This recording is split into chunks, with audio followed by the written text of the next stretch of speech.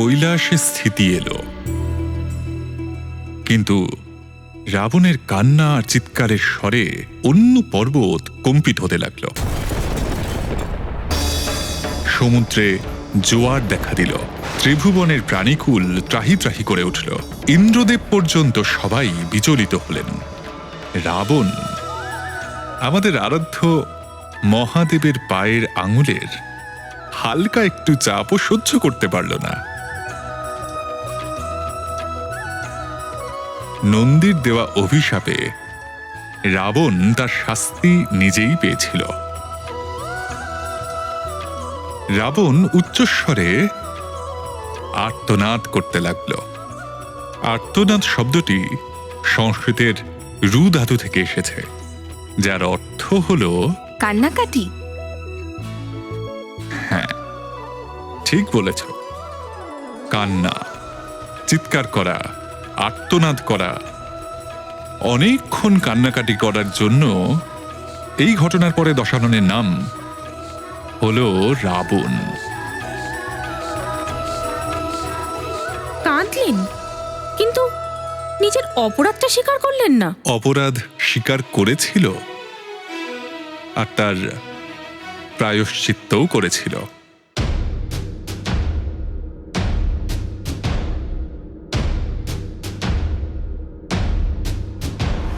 जटाटवीकलज्ज्वल प्रवाहभावितस्थले कलेवलम्ब्य लम्बितां भुजङ्गतुङ्गमालिकां डमड्डमड्डमड्डमन्निनादमड्डवर्वयं चकार चण्डताण्डवं तनोतु नः शिवः शिवम्। जटाकटाह सम्भ्रम भ्रमन्निलिम्प निर्झरी विलोल वीचि वल्लरी विराजमान मूर्धनि धगद् धगद् धगज्ज्वलल्ललाट पट्ट पावके किशोर चन्द्रशेखरे रतिः प्रतिक्षणं मम। धराधरेन्द्र नन्दिनी विलास बन्धु बन्धुरः स्फुरद्दिगन्त सन्तति प्रमोदमान मानसे कृपा कटाक्ष धोरणी निरुक्त दुर्धरापदी क्वचित् दिगम्बरे मनो विनोदमेतु वस्तुनि।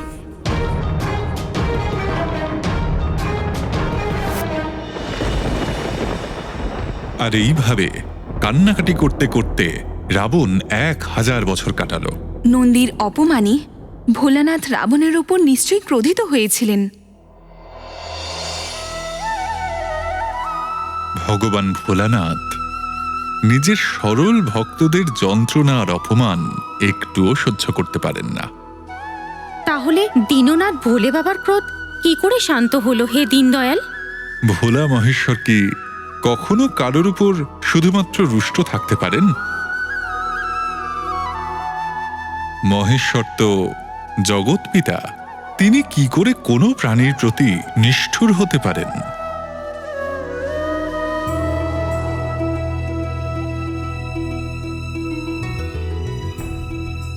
তাই যখন রাবণ ভগবান শশীশেখরের স্তবস্তুতি করল, তখন ভগবান মহাদেব আন্তরিকভাবেই তার প্রতি প্রসন্ন হলেন।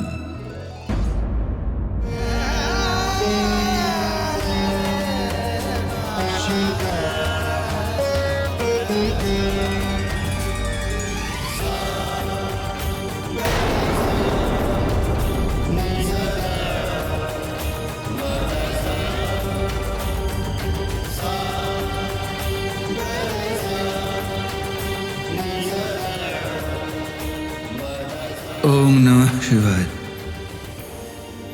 ओम नमः शिवाय। ओम नमः शिवाय। ওঠো দশানন। प्रभु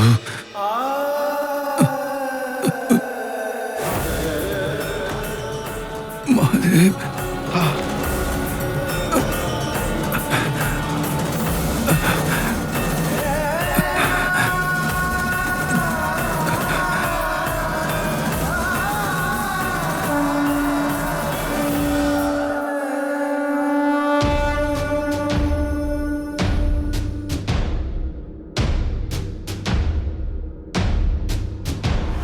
जटाटवीकलज्ज्वल प्रवाह पावितस्थले गलेवलम्ब्य लम्बितां भुजङ्गतुङ्गमालिकां डमड्डमड्डमड्डमन्निनादमड्डवर्वयं चकार चण्डताण्डवं तनोतु नः शिवः शिवम्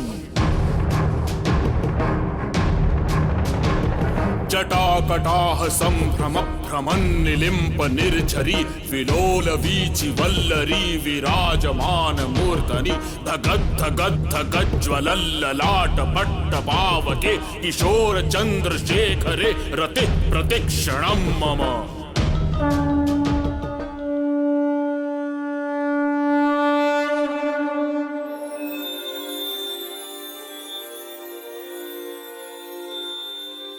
আমি তোমার এই স্তুতিতে অতি প্রসন্ন দশানন।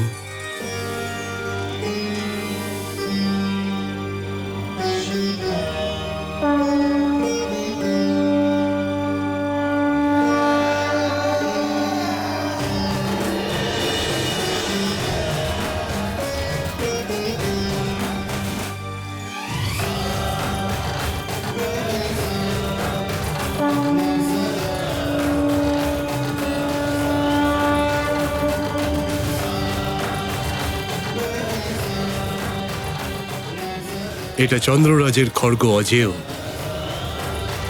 আর এটা তোমার শত্রুদের ওপরে সাক্ষাৎ কাল হয়ে পড়বে, কিন্তু ততক্ষণ যতক্ষণ তুমি ধর্মের পক্ষে থাকবে। অন্যথায় এটার অপরাজেয়তা চলে যাবে।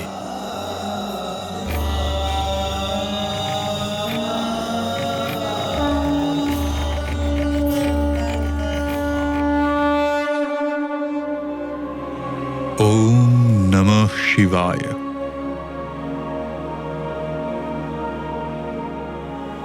ভোলা মহেশ্বর কি সরল, পিতার মতো শাস্তিও দিলেন আর ক্ষমা চাইতেই আশীর্বাদও করলেন। ওম নমঃ শিবায়।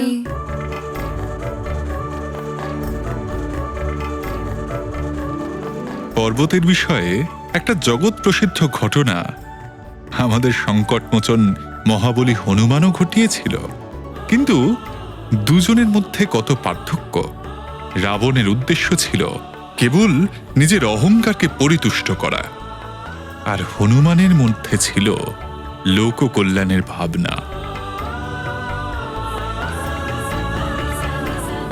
মনে একটা প্রশ্ন জেগেছে প্রাণবল্লভ।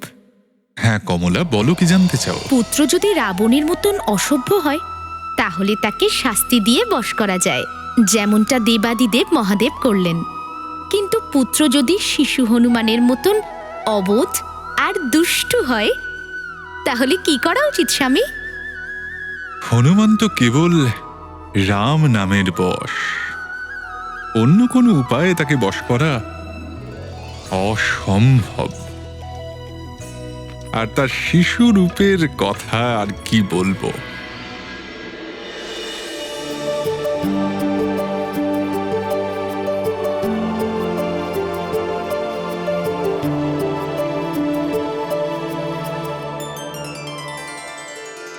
এখন আমার কেশরী নন্দন বাবার কোলে যেতে চাইছে।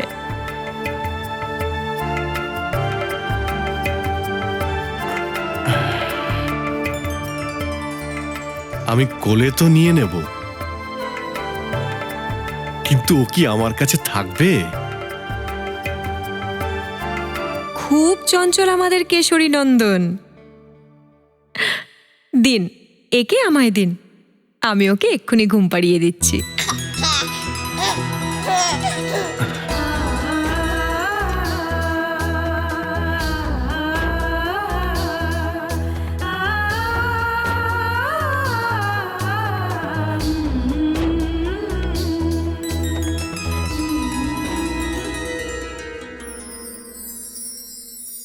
আপনি শুয়ে পড়ুন।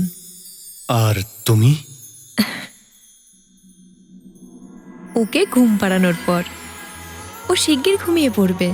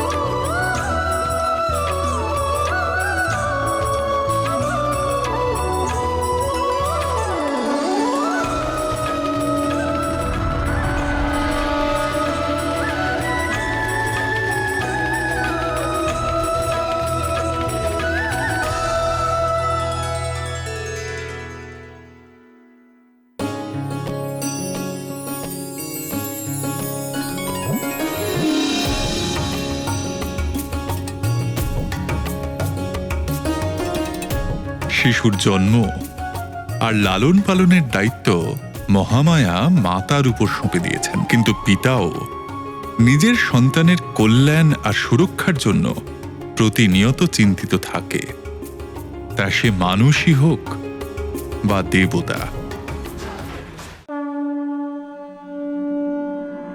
আমার পুত্র, পবন পুত্র, হে কিশোরী নন্দন, বানররাজ কিশোরী আর ভগবান শঙ্করের সাথে সাথে তুমি আমাকেও তোমার পিতা বলেই চেনো পুত্র। কারণ তোমার জন্মের প্রক্রিয়ায় আমারও ভূমিকা আছে। ভগবান শম্ভুর কৃপায় নমামি শম্ভু, নমামি রুদ্রম, নমামি পুরুষম পুরাণাম, নমামি সর্বম শীর্ষা নমামি।